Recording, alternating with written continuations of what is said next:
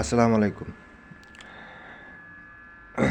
আজকে 21/1/2025 আমাদের হচ্ছে ইনকিউবেটরের আপডেট, মানে এটা হচ্ছে আপডেট ভিডিও।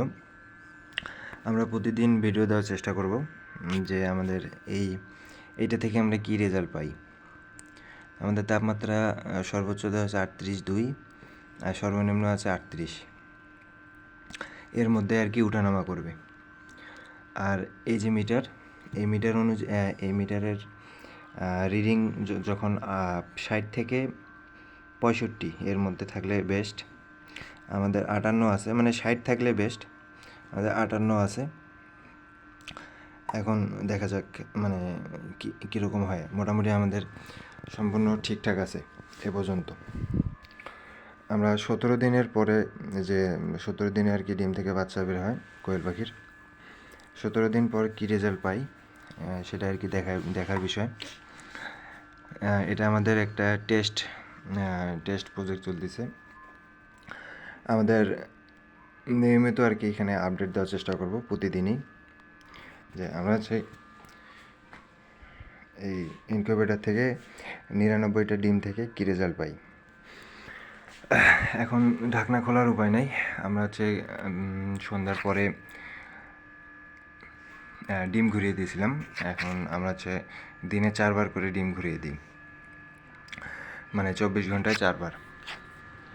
এখন আমরা হচ্ছে সন্ধ্যার সময় ডিম ঘুরিয়ে দিয়েছিলাম, এই কারণে এখন মানে ডিম দেখার কোনো উপায় নেই, ভিতরে দেখার কোনো উপায় নেই। আমরা রাত 1টার পরে আরেকবার ডিম ঘুরিয়ে দেব।